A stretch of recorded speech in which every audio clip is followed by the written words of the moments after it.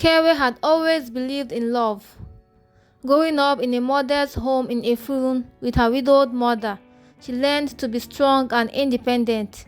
Her mother, Mama Kewe, had taught her that dignity and hard work were a woman's jewels.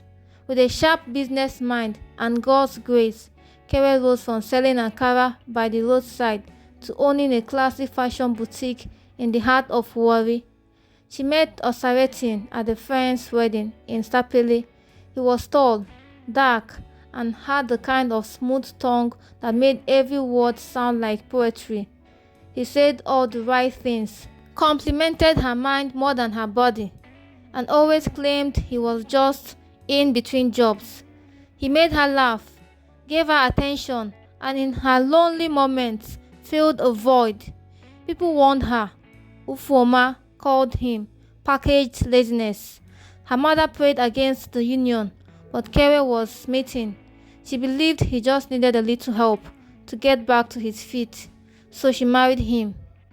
She moved him into her house, a house she built with her sweat and loans. She even bought him a car to move around and look for jobs. But the man never looked for any job. Instead, Osaretin became comfortable doing nothing. He would wake up late, lounge in the sitting room, and only move when it was time to eat or go hang out. Worse, he became controlling. He started telling Kewe how to dress, who to talk to, and when to return home. If she complained about his laziness, he would raise his voice and sulk for days. Sometimes, he would call her proud and say she was behaving like a man because she was rich. Despite it all, Kewe stayed. Maybe it was shame, maybe it was love, but deep down, she was breaking. Then came the weekend that changed everything. It was a rainy Saturday. Kewe had just concluded a meeting with a bride-to-be and was eager to come home, take a warm bath, and rest. As her Uber turned into her street, she noticed a red Toyota Corolla parked neatly at her gate. She frowned. They weren't expecting guests. She walked into the living room and what she saw knocked the breath out of her. Osaretin was sitting like royalty, laughing with a woman who couldn't be more than 25, Evelyn. She was dressed in a skimpy jumpsuit, chewing gum loudly, her legs across the center table. Kewe, you're back, Osaretin said casually. Come and greet Evelyn. She's my guest. And this is our maid, Kewe, he said to Evelyn. The girl laughed. Wow, for a maid, she fine, no? Are you sure she's not your ex-girlfriend? Kewe stood still. Her heart thudded against her chest. Excuse me? She asked slowly. You heard me, Osaretin said. Don't make a scene. You should go and fix something for us to eat. Kewe blinked. She could not believe this was her life. Her legs carried her into her bedroom. Her soul had left her body. She sat for nearly 30 minutes in silence, staring at her reflection. The rage building inside her was volcanic. She remembered how she sold her father's land to help Osaretin. She recalled the time he insulted her in front of his friends because she asked him to get a job. Enough was enough. She reached for her drawer, brought out the land documents, vehicle receipts, and everything that proved she owned the house and cars. Then she called Ufoma and her lawyer friend, Barrister Itoro.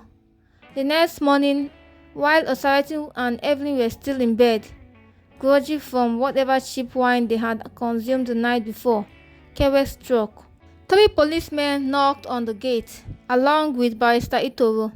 Osaretin stumbled out in boxers, surprised and confused.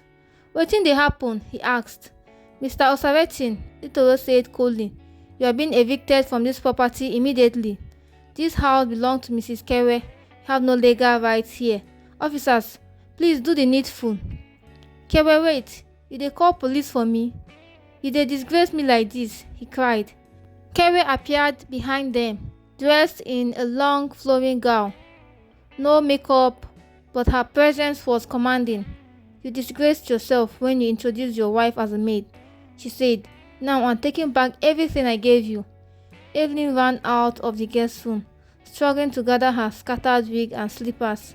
She took one look at the officers and bolted out, her handbag swinging. The policemen didn't waste time. Osaratin was escorted outside. His clothes were thrown into a Ghana must-go bag. Neighbors gathered. Some whispered, others stared openly. Kewe didn't care. She stood on her balcony and watched him leave. Ufoma arrived shortly after, carrying chilled mud drinks and hot pepper soup.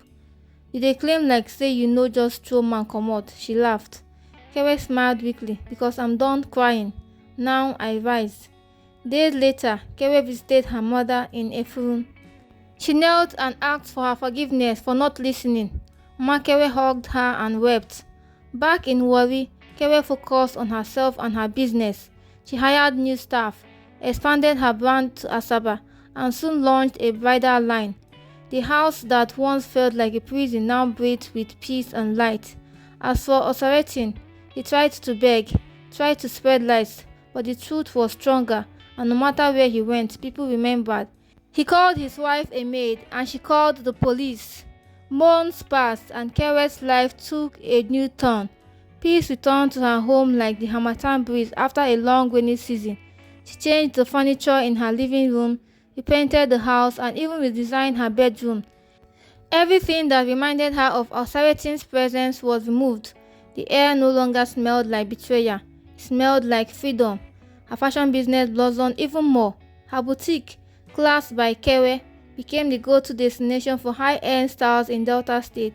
Celebrities and brides began flooding her Instagram, tagging her in posts. She expanded to open a new outlet in Asaba and hired more tailors.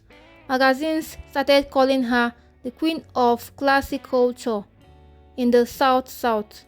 But it wasn't just her career that flourished, her soul did too. Kewe started attending therapy once a week after Ufoma recommended it. For the first time, she spoke about the emotional abuse, the insults, the belittling, and the shame she had hidden behind a smile for 2 years. She cried freely. She laughed genuinely, and slowly she began to heal. A twist of fate. One hot afternoon, while Kewe was supervising a photo shoot for her new bridal collection at a resort in Uweli, she noticed a man sweeping around the pool area. His shoulders were slouched, his face sunburnt. He looked familiar. She looked again. It was Osaratin. He was wearing an old face cap, faded jeans, and a yellow polo shirt with the resort logo. He avoided her eyes, but she walked over. "Osaratin?" He looked up, shocked and ashamed. "Kewe, he stammered. She noticed the man he used to be was gone. No pride, no arrogance, just a shadow of himself. "I heard what happened," he mumbled. "I've been trying to find my feet. Life just shattered." Kewe looked at him for a moment. "Life didn't shatter. You shattered it with your own hands."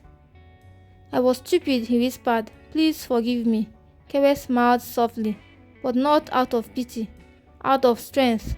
"I forgave you long ago, but I'll never forget. You taught me that love without respect is slavery." She walked over, her head high, her heart calm. Not once did she look back. 2 months later, Kewe hosted an empowerment seminar for young women at the Delta Mall Event Center.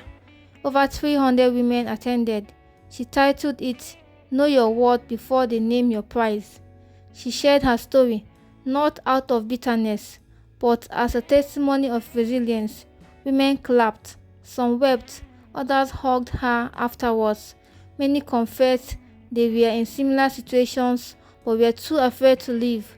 Kewe told them, "Love is not pain. Marriage is not bondage. Don't wait until they call you a maid in your own home before you rise." About a year later, Kewe met Chinedu, a calm, intelligent architect who had just relocated to Warri from Port Harcourt. Unlike Osaratin, he wasn't flashy or loud.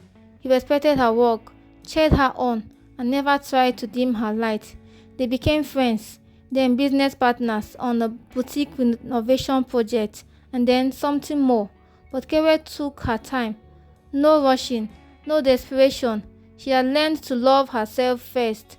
One evening, as they sat on the balcony of her renovated duplex sipping fresh zobo, Chinedu asked gently, "Do you think you can ever love again, truly?" Kere looked at him, smiled and replied, "I already am, but this time it starts with me." In her diary, Kere wrote, "They called me a maid. I became a queen. They threw me down. I stood taller. I gave love, and it was mocked, but I found healing, peace, and purpose. I was not broken. I was being rebuilt."